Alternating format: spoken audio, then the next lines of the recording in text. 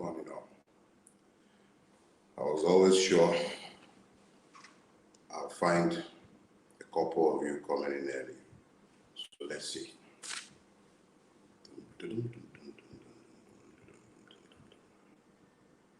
You guys here? I'm seeing you. All right.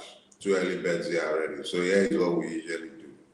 Because you've come in early, I get to spend the time probably speaking off topic, but I also think to a very large extent is also in keeping with the topic I want us to discuss today.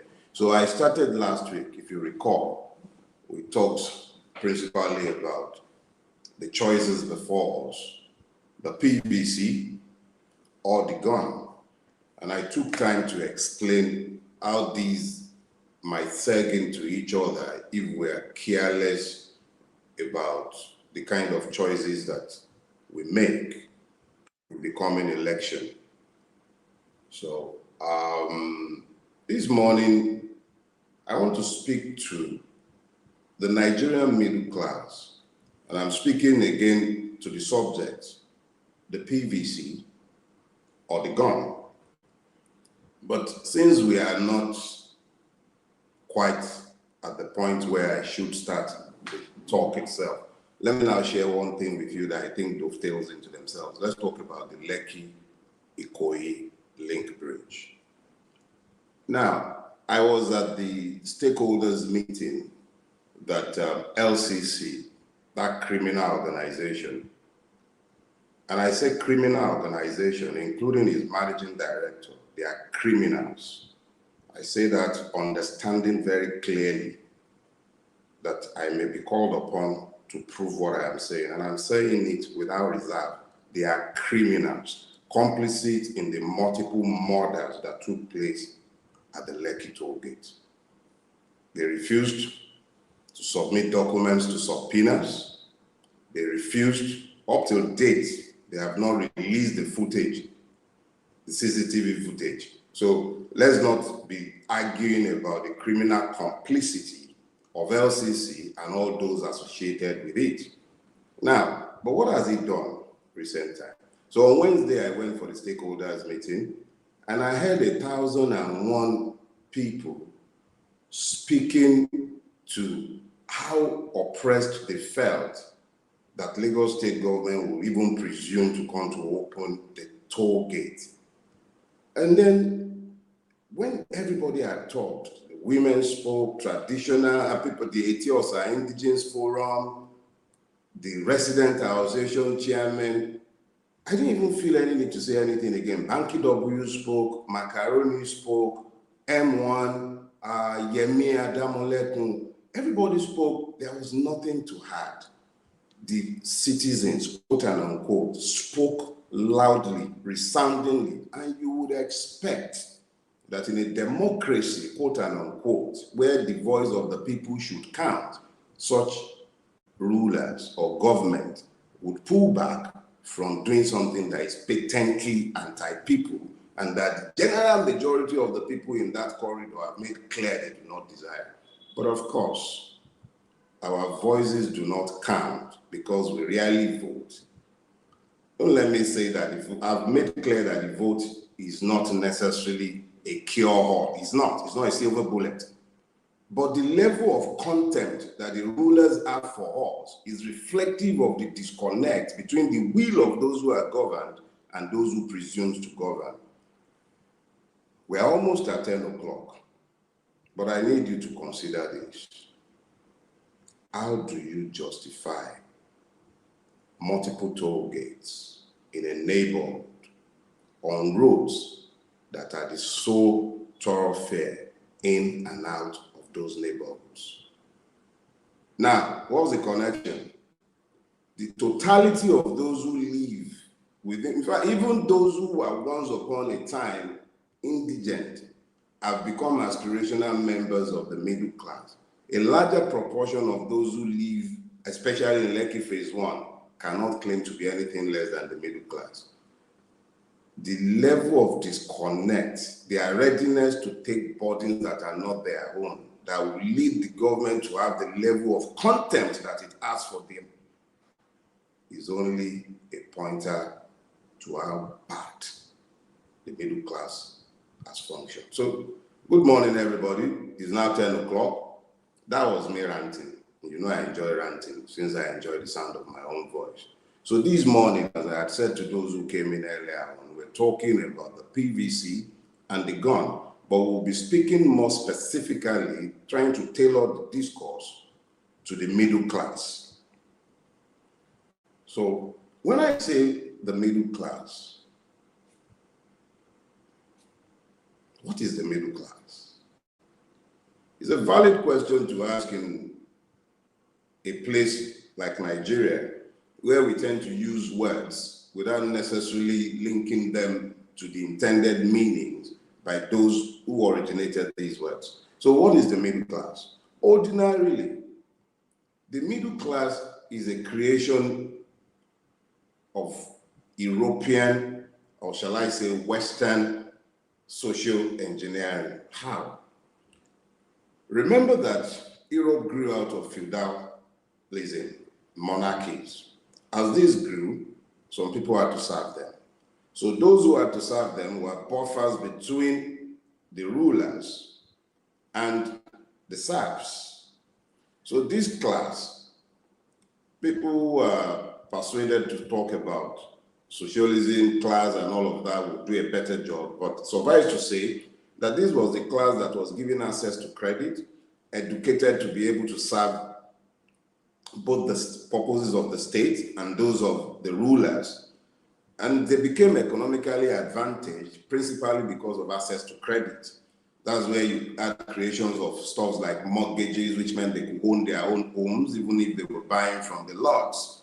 So generally, a class was created in Europe, later on in America, and in other parts of the world that have bought in to this class thinking. It wasn't part of African thinking, but let me restrict that meaning strictly to those who might be said to be the aspirational class looking to, I think even the way the French thinkers talked about it, they were the petit bourgeois, the little orgas. So this class generally, everywhere in the world, is the class in which you have the professionals, those who have educated their minds, not necessarily only in schools, but who have had some form of training or the other and are supposed to be more or less like the engine room for the society. Amongst them, you'll find the doctors, you'll find the teachers, you'll find the lawyers, you'll find the engineers, you'll find the fashion designers, you'll find all sorts of artisan classes who have managed to lift themselves out of perhaps relative obscurity or poverty to the point where they could own their homes, even if they were borrowing to do so. The critical thing you must understand about the middle class is the access to credit, the capacity to envision. These are characteristics of a middle class, but the most important ingredient in every true middle class are aspirations, hopes of going higher. So the upper middle class aspires to become part of the upper class. The lower middle class aspires to go up to the upper middle class, and the lower classes generally look to the middle class for inspiration and pointers at how they themselves might come out of poverty into relative middle class affluence or stability, so that essentially what characterizes the middle class is economic stability. These are the characteristics of the middle class that you will find in sane societies. Now, there are two things that you need to look at when you're examining the typical middle class in sane societies. One is adherence to science. What do I mean? There is less religiosity, not necessarily less spirituality, but less religiosity. Men and women develop their minds to the point where they understand that they are cause and effect, not superstitious demands for God Almighty to come and do for you what He has blessed you to do for yourself. Let me not even begin to deal with the vacuous religiosity of the Nigerian middle class, because I'm not there yet. But you must understand that in sane societies, they are anchored to reason, they are anchored to ideas, they are moved by science, they are moved by futuristic ideas. They sit down, they envision a future better than the one in which they live, and they understand the fact that their mortality counts for nothing. The fact that they will live and die is an acceptable part of living. They advertise funerals. They advertise funeral plans. I attended the burial of a dear friend in England, I believe about 4 years ago now. Charlie paid for his funeral whilst yet a young man. We didn't have to buy a single thing. He had 3 limousines, private burial plot. Even the drinks we had in the pub was already paid for, because the man understood that he was going to die whilst he was yet alive. So he made plans for his death. He wasn't so carnal as to forget the fact that he would die. Does the Nigerian middle class remember that he would die? Oh, hell no. You're too busy storing up values. But I get ahead of myself. We're still busy talking about the middle class in every other place in the world. They think to the future. So they have no qualms with planting trees. Cliché, right? Whose shade they will not enjoy. They have no problem planting trees whose fruits they will not eat. Ndi Igbo has a proverb.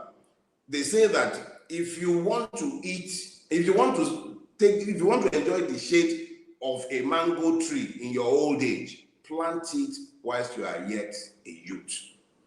The Nigerian middle class, no, I'm getting ahead of myself. I'll not talk about you not just yet. Let's continue dealing with those who still use their God-given brains. What do?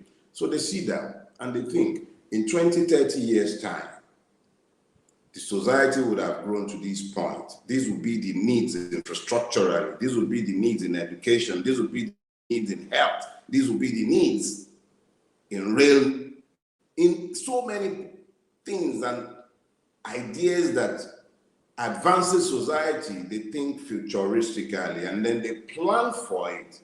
Then they allocate resources based on the vision they have for the future. These are the characteristics of a middle class. It is the engine room for the development of nations. Now, let us talk about the Nigerian middle class. What are its characteristics? What does it mean? Who is a member of the Nigerian middle class? Because now we have to jettison all those Dogonturenchi that I have spoken earlier in seeking to describe the Nigerian middle class. No, to describe middle classes generally. So let's look at the Nigerian middle class. But I think it is critical that we look at its origin, because it is in its origin that you find the seed of its current putrefactions.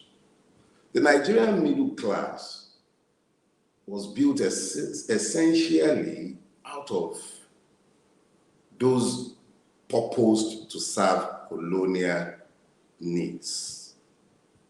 They were educated essentially to serve purposes.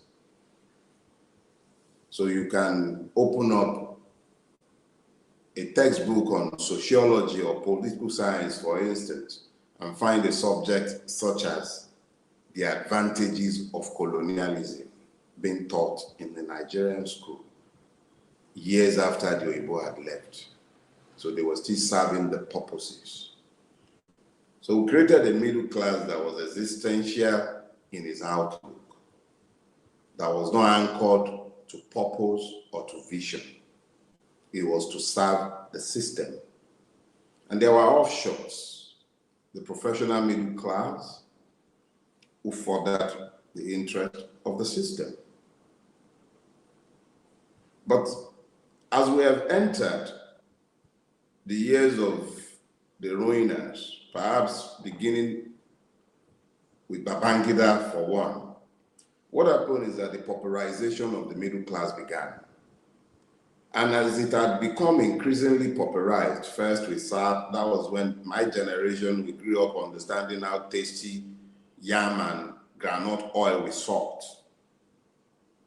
how tasty it was. It was so bad during these, what's his name, Buhari years, essential commodity, rationing.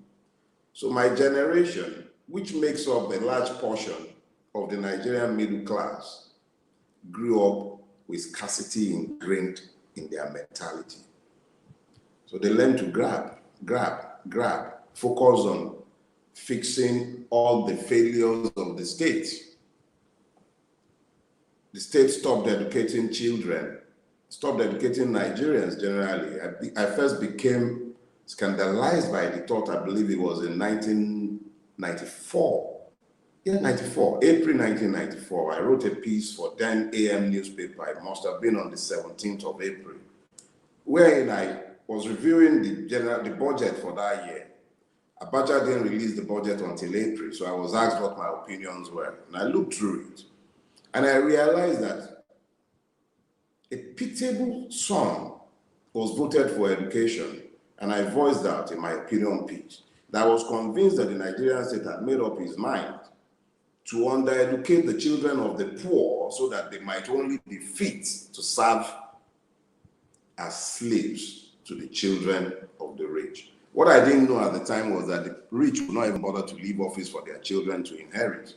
What they have done is that they have used both the children of the poor and their own children to service their myopia, and they've destroyed. So when you look at the Nigerian middle class today, you find that there are two overpowering characteristics. The first is that it is a sickening, superstitious outlook on life. Because what passes for religion among the middle class is actually superstition. Name it and claim it. What the heck are you naming and claiming when you should just step into your place and do what you ought to do as men and women of good consciences? You're busy praying in your churches and your mosques, you're fasting, you're casting, you're binding, when you should act. Everything that God has blessed you to do, you're waiting for God to do for you. So the Nigerian middle class, particularly, have become superstitious and vacuously religious. You build the biggest mosques, you build the biggest churches. The churches have become money centers, as have the mosques in various ways. Nigerian religiosity has not produced anything of substance. It has only ended up with the putrefaction of the Nigerian state itself. The Nigerian middle class is characterized by its existential outlook on life. So yeah, the state has failed, but that's fine. There's no need to fix the state. All you have to do, sink your own borehole so that water comes out for you. Oh yeah, the generator. Oh, the inverter. So you've got generators, you've got inverters, you've got your own borehole. There is a bouquet at the gate, quote and unquote. And then you all send your children to private schools. I did the same, because not just because I could afford it, but because there are no private school, government schools in the neighborhood in which I live. In 22 years of Tinubu's unbroken hegemony in Lagos State, he hasn't added any single, not one classroom in my entire Lekki neighborhood. Not one. And the neighborhood has grown by well over 500%. I moved into the Lekki artist in 2002. We drove into VI for everything. There were no chemists, no hospitals, nothing. We drove into VI for everything. It took the coming of the toll gate to force commercialization on Lekki. Instead of protesting, we adapted. We're like frogs in hot water. We keep adapting, so we become existential. So where our parents sent us to public schools, we were compelled by the failure of the system to send our children to private schools. But we didn't complain. We were the children of scarcity, and we were overcompensating for the failure of the system in the life of our children and in our own lives. So we became completely existential. The state will fail, we'll step into the space. We barely ever have time to consider the consequences of all these failures that we keep covering up for. And then there are some of us, they profit by their silences, and they imagine that they can be immunized from the effects of the insanity that they have helped to normalize. The Nigerian middle class are not victims. You are largely accomplices in the putrefaction and destruction of the society that you have helped to build. We're building a Nigeria that our children will not be able to live in, and we are not worried. Oh yes, we are. I forget, but I'll come to that later on. Our myopia is only second as a flaw to the existential nature of our outlook on life, which is even further crippled by the fact that we have become largely superstitious, as I said earlier, and vacuously religious. Religion without content. We just keep making a meaning nothing. You pray before you go to the mosque. You even do during this your 30-day fast. You will lie, you will cheat, you will kill, you will rape, and yet you are religious.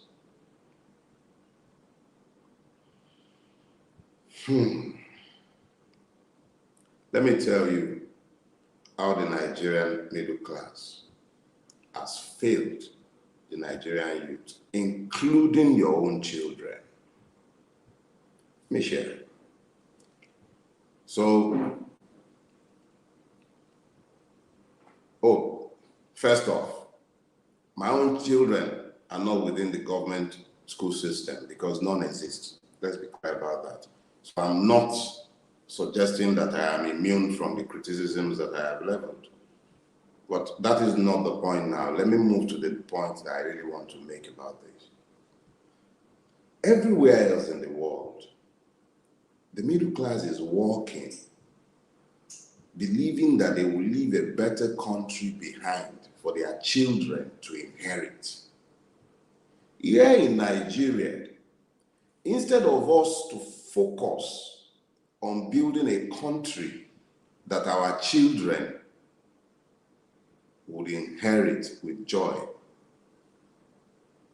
we're destroying even the one that was handed to us or that we should have taken with ideas.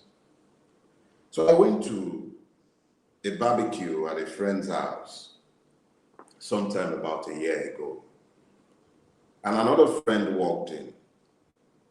We're all members of what you would call the middle class.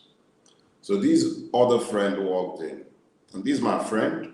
I've known him for several years. His children are his life. He has sacrificed and slaved and worked and labored all his life for his children. Lovely kids. So he came in and everybody were deliriously happy, rightly so.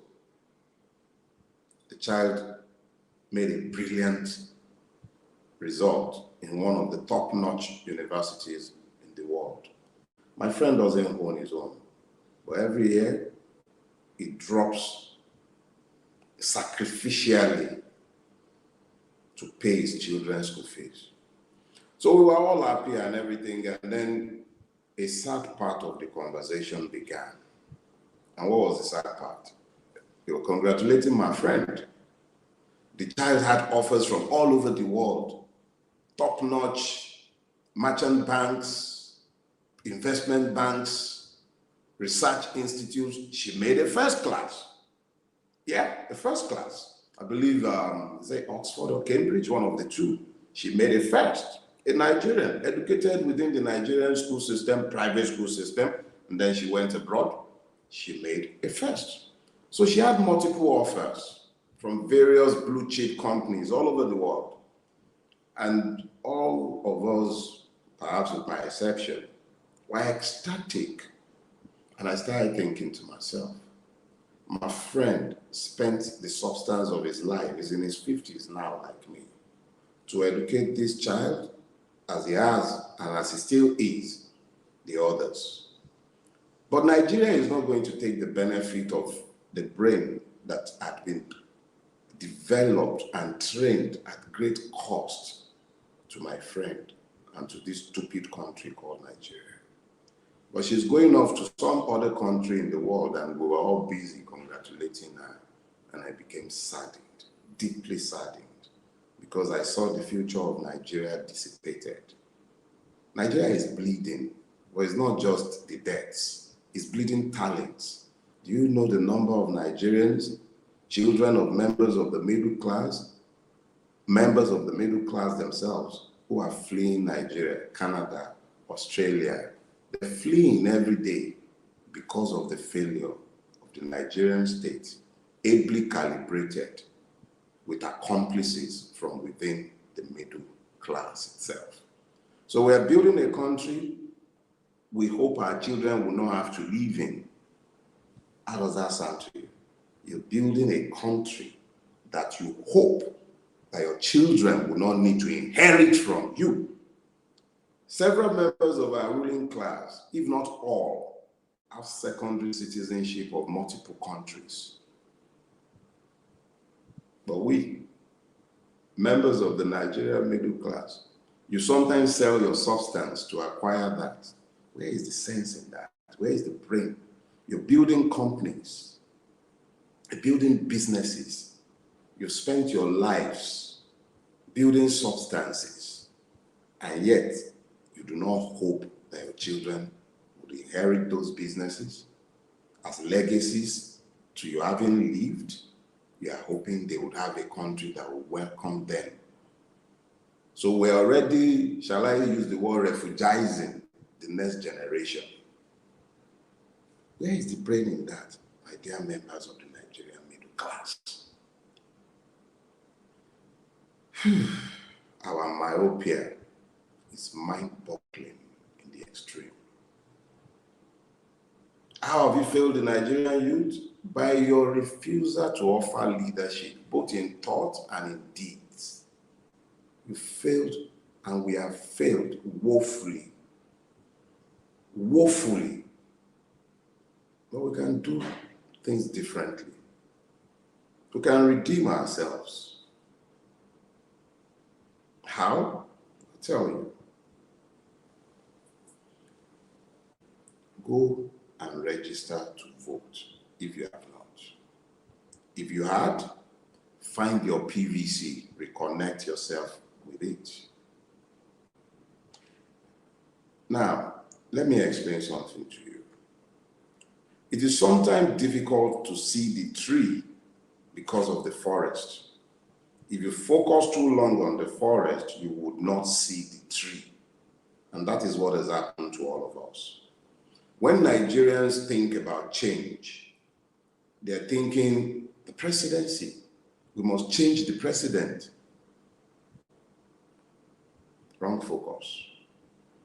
For too long, we focused on the wrong thing. I'm not saying we shouldn't be focused on changing the president. No, we should be. But more importantly, we need to become interested in who becomes the members of the houses of assembly. We need to become more interested in who becomes the governors. We need to become more interested in who goes to any House of Reps or Senate. We need to decentralize our thinking. If we're looking to restructure Nigeria, which is essentially about decentralization of the country, let's start thinking, decentralize our views of democracy. Let me explain something to you. And I will use the Lekki-Ikoyi toll bridge as a way to explain. I'll try. Maybe that should help you to understand it. You know, liars usually have good memories. But when you have told lies in pursuit of a fraud, and then you realize that there's actually no need for you to lie anymore because the people you were lying to can't actually do anything to you, even if you told them the truth, or you ignore to tell them the truth, or you just feel like they don't pay attention and you can say anything you want at any point in time. Let me go on record. The LCC is 100% owned by the Lagos State government. But the Lagos State government is just another word for the Jagaban PLC or enterprise. So, they will tell us in one breath that it's a private undertaking. They'll tell us in another breath that this same private undertaking was bought by the Lagos State government.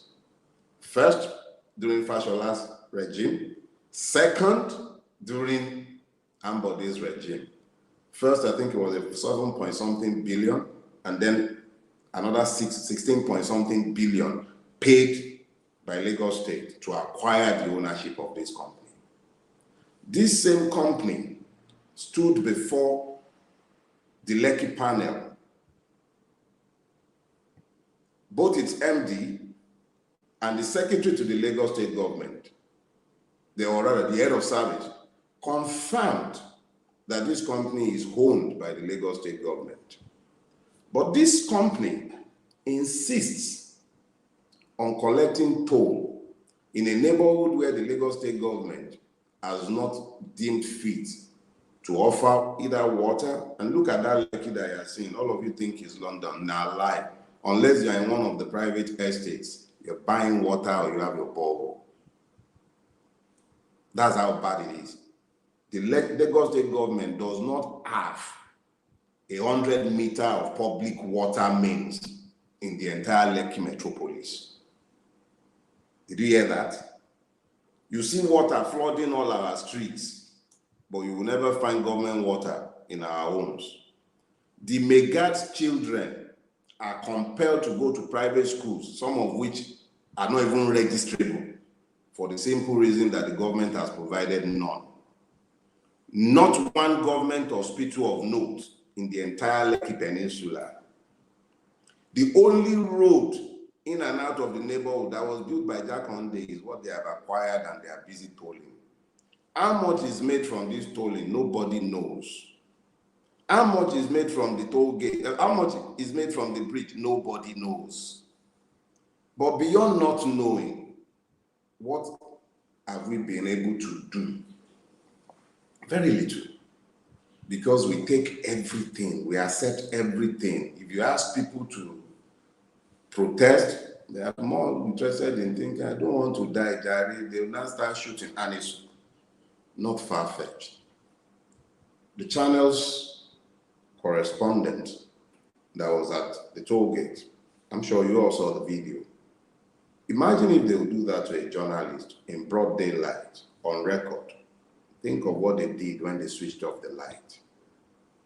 But what are you, as members of the Nigerian middle class, what are you doing about these multiple madnesses that you have either normalized by the fact of your being accomplices, or that you have normalized by the fact of your silence?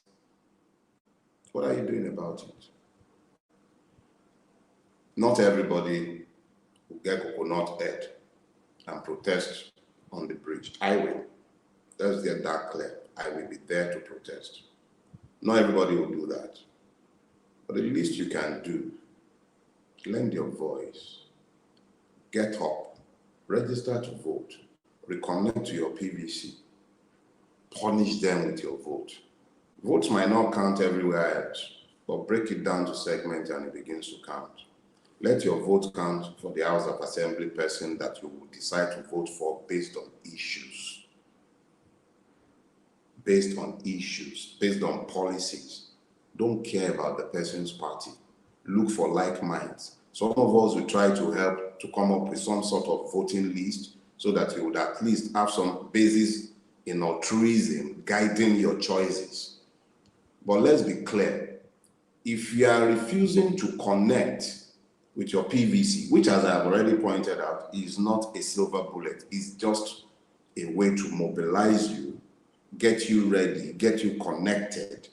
If they allow changes through the PVC, A1. If they don't allow changes through the PVC, the least that would have happened is that you would have become connected to the issues to the point where you would understand what is required when the time comes.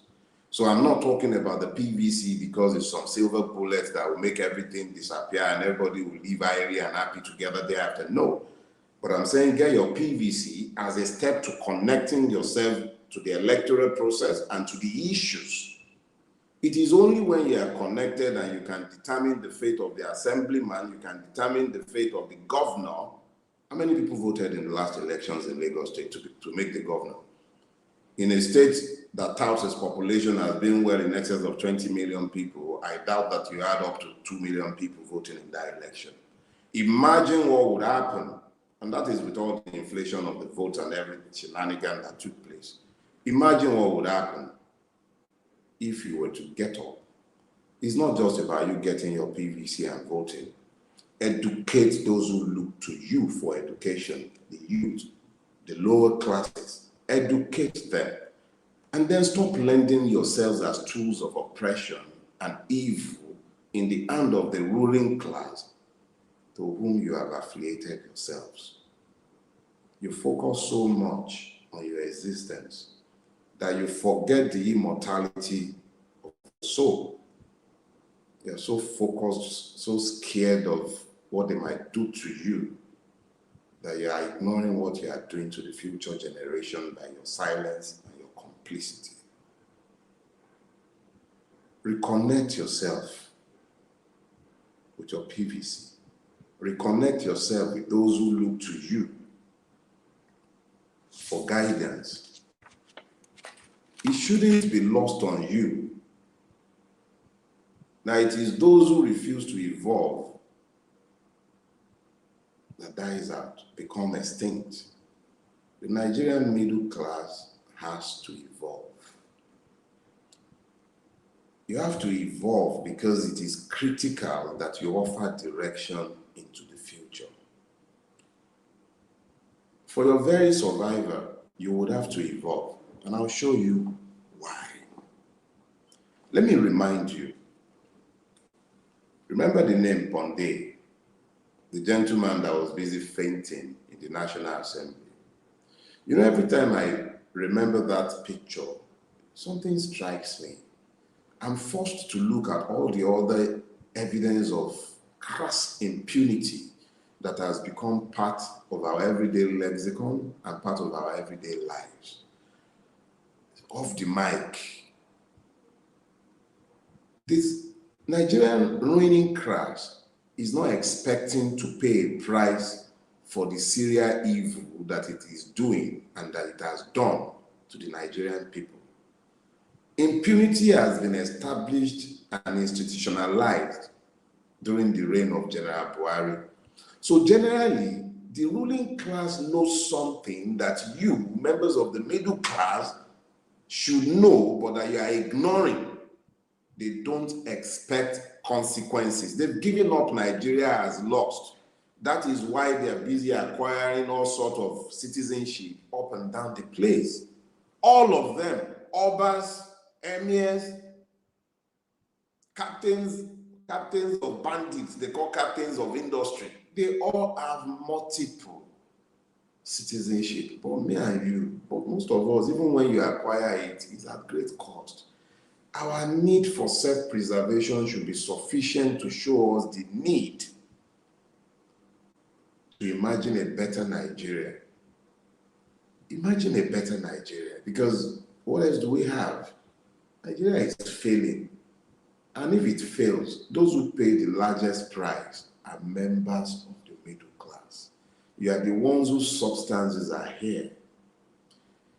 I'll close by pointing you to something I wrote a few years back. I titled it, You Will Recognize.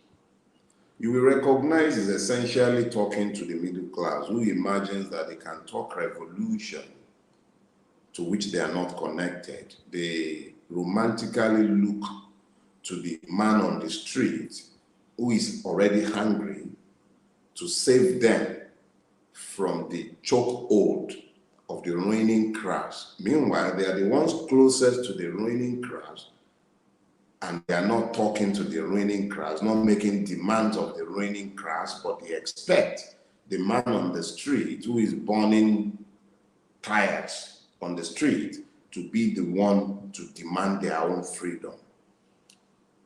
You Will Recognize speaks to the indiscriminate use of violence by the lower class who has nothing to lose and who sees you with your evidence of wealth as being a member of the class that has ruined his life and are oppressing him. The middle class is the closest to the lower class. When the system collapses in anarchy, in the absence of ideas by the middle class is the one that bears direct responsibility and takes the brunt of the violence that comes because they are the ones accessible to the poor. If Nigeria goes crazy today, let me show you something. There is a very high possibility that Lekki might be overrun, that Surulere might be overrun, part of Ikeja might be overrun. But do you know that Banana Island and the Core Atlantic will never be overrun? Never. The rich will take care of themselves. But the middle class, who does not appear to understand what it is in his own enlightened selfish interest, would be killed, immolated, and wasted, victims of their own greed and ignorance. Reconnect yourselves with the electoral process, or get yourself guns. You would have very few choices in the coming days and months.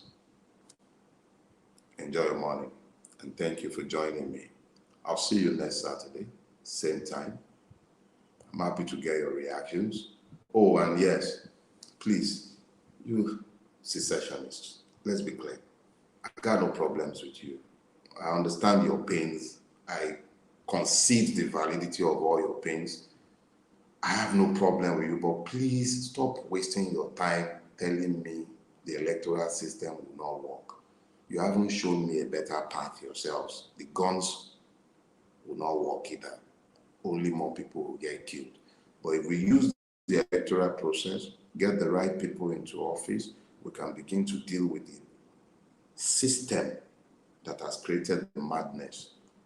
We don't need to win the presidency. If there is a governor in Lagos State who believes in the changes that he is seeking, he can force their hands.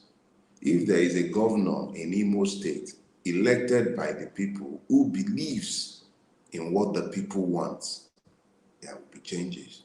If there is a governor in Ogun State who believes in what the people want, loves restructuring, wants restructuring, you will get it.